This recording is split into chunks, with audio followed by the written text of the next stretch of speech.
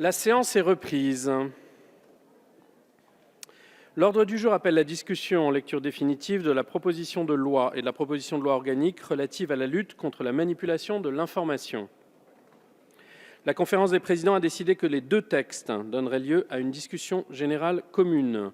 Je vous rappelle que les interventions dans la discussion générale commune valent explication de vote. À l'issue de la discussion générale, nous voterons successivement sur la proposition de loi dans l'hémicycle, puis sur la proposition de loi organique. Le vote sur la proposition de loi organique aura lieu dans les salles voisines de l'hémicycle et durant ce scrutin, ouvert pour 30 minutes, la séance sera suspendue. La parole est maintenant à Monsieur Franck Riester, ministre de la Culture. Monsieur le ministre, vous avez la parole.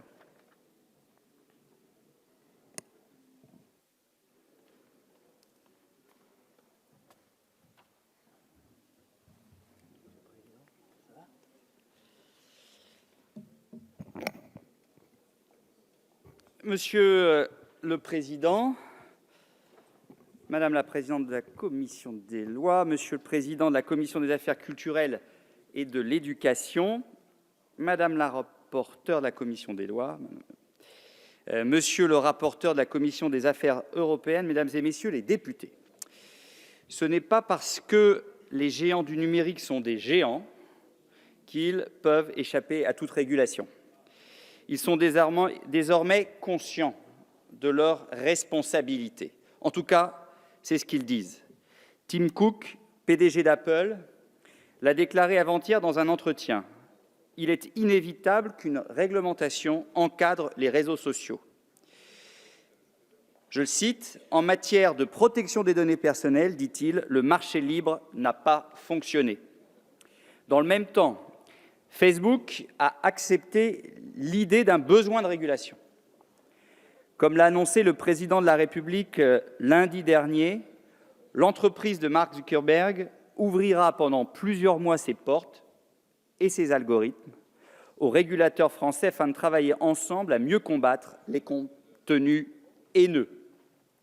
C'est un geste fort, une expérimentation inédite, une manière de réfléchir à une régulation co-construite entre États et entreprises du numérique. Ces annonces prouvent la prise de conscience des plateformes. Elles ont pris conscience qu'elles ne pouvaient plus, dorénavant, se réfugier derrière le statut d'irresponsabilité qu'elles revendiquaient jusqu'à présent. Ces annonces prouvent que le texte de loi qui nous réunit aujourd'hui va dans le bon sens. La manipulation de l'information, Mesdames et Messieurs les députés, n'est pas seulement une menace, c'est une réalité. Et une réalité bien installée. À chaque élection, partout dans le monde, de fausses informations sont répandues sur les réseaux sociaux, massivement et rapidement. Elles ébranlent la liberté de chaque citoyen de se forger sa propre opinion. Elles brouillent les frontières entre le vrai et le faux et sapent la confiance dans l'information. Elles altèrent la sincérité des scrutins et déstabilisent nos démocraties. Elles nous imposent d'agir.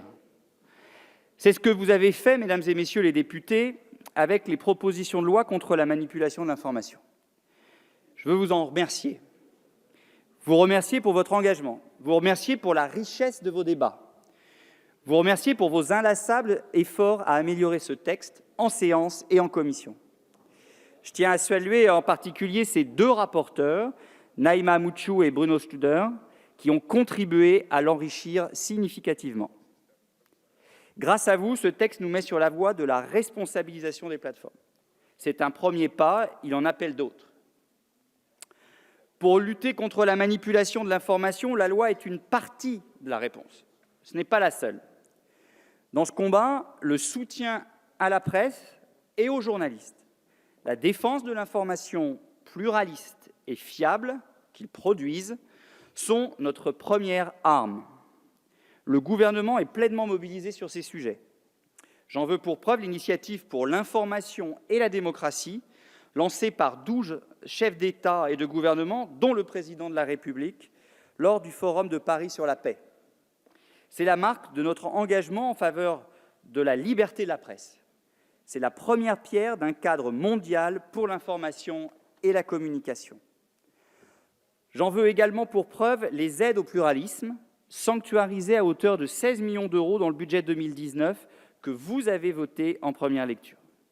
En outre, nous aiderons la presse à engager les transformations nécessaires, en accompagnant la mutation de la filière de la distribution avec la réforme à venir de la loi Bichet, en encourageant la transformation de l'agence France Presse, avec 2 millions d'euros supplémentaires mobilisés à cet effet dans le budget 2019, en continuant le combat au niveau européen pour la consécration d'un droit voisin pour les éditeurs et agences de presse.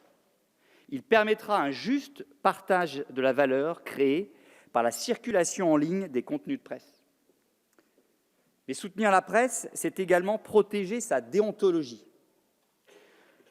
Vos débats ont fait apparaître un consensus qui dépasse les clivages autour de la nécessité d'aborder cette question. C'est tout le sens de la mission confiée par mon ministère à Emmanuel Hoog. Celle-ci doit aboutir à des propositions concrètes d'ici fin janvier 2019. Merci de vos applaudissements. Je sais, c'est pour ça que je vous remercie. Leur mise en œuvre pourra contribuer à restaurer le lien de confiance entre les Français et les médias. Mais nous devons aussi regarder avec acuité les initiatives des professionnels dans ce domaine et éventuellement les accompagner d'une manière ou d'une autre. Je pense par exemple au travail assez exemplaire en la matière de Reporters sans frontières en matière d'autorégulation. Soutenir les médias, c'est aussi soutenir l'éducation aux médias. Elle est notre premier rempart contre la désinformation. Déchiffrer l'information, se renseigner sur ses sources, évaluer leur fiabilité, c'est tout cela qui s'apprend, c'est tout cela qui s'enseigne. Notre société tout entière, et les jeunes générations en particulier, en ont particulièrement besoin. Grâce aux amendements déposés par le président Studer, que je remercie, la place de l'éducation aux médias a été renforcée dans le texte de loi. Elle deviendra obligatoire dans les programmes scolaires. Le ministère de la Culture a doublé le budget qui lui est dédié cette année. Doublé. Ces moyens renforceront le soutien des pouvoirs publics aux actions de sensibilisation menées par les professionnels et les associations auprès des jeunes. Ils financeront la création d'un grand programme de service civique pour l'éducation aux médias. Si la loi n'est pas la seule réponse que nous apportons à la manipulation de l'information, elle est cependant indispensable. Nous ne pouvons pas nous permettre d'attendre une réponse européenne qui tarde à venir. La France a toujours été pionnière en matière de régulation. À nous de faire en sorte qu'elle le reste. Quand nous militons avec Bruno Le Maire pour une juste taxation des GAFA, quand nous nous battons pour une protection numérique du droit d'auteur, quand nous défendons une lutte efficace contre les discours de haine sur Internet, c'est cette tradition de la France que nous prolongeons. La lutte contre la manipulation de l'information ne doit pas faire exception. Sur ce sujet aussi, nous devons donner l'impulsion. Nous devons expérimenter, proposer de nouveaux modes de régulation. Nous devons aussi observer ce qui se passe chez nos voisins européens. Je pense par exemple à l'expérience en Allemagne. Oui, pour gagner en efficacité, la régulation doit se faire au niveau européen. Nous en convenons. Mais cela ne doit pas nous empêcher d'agir au niveau national. Je veux ici le rappeler, les propositions de loi que vous examinez ne sont en rien incompatibles avec la construction d'une approche coordonnée au niveau européen. Au contraire, elles peuvent y contribuer, elles peuvent inspirer les instances européennes. Depuis le début de nos débats, ces dernières se sont emparées du sujet, et c'est une très bonne chose. Leurs récentes initiatives convergent avec les ambitions de notre texte. Je pense à la résolution relative à l'affaire Cambridge Analytica, adoptée le 25 octobre par le Parlement européen, ou au Code de bonnes pratiques publié le 26 septembre dernier par la Commission à l'intention des plateformes Internet et des acteurs de la publicité, signé le 16 octobre par Facebook, Google, Twitter et Mozilla. Ces initiatives sont louables, mais elles ne vont pas assez loin. Elles ne définissent pas, notamment, d'engagements suffisamment clairs et concrets, ni d'objectifs mesurables, comme l'ont regretté d'ailleurs les professionnels invités à s'exprimer sur le sujet. Surtout, elles ne présentent aucun caractère contraignant pour les plateformes. Or, le danger est trop grand pour s'en remettre uniquement, et je dirais même parfois naïvement, à leur autorégulation. Il ne suffit pas qu'Apple et Facebook reconnaissent l'urgence du combat à mener, qu'ils en reconnaissent le bien fondé. La transparence des plateformes doit être inscrite dans la loi. Et avec le texte qui nous réunit aujourd'hui, elle le sera. Elle le sera lorsque des techniques publicitaires seront utilisées pour promouvoir un contenu d'information. L'internaute en sera informé. Il saura d'où provient réellement l'information. Il sera mieux prémuni contre des tentatives de manipulation. De même, les montants consacrés au sponsoring seront rendus publics.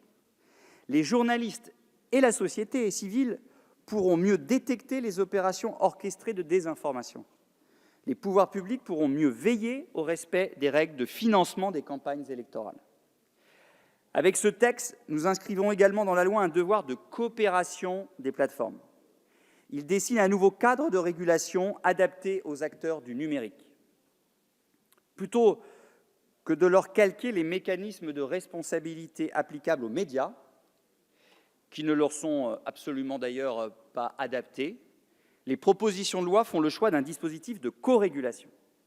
Ce dispositif laisse les plateformes libres de choisir les modalités les plus appropriées pour lutter contre les infox, tout en les obligeant à en rendre compte auprès du CSA.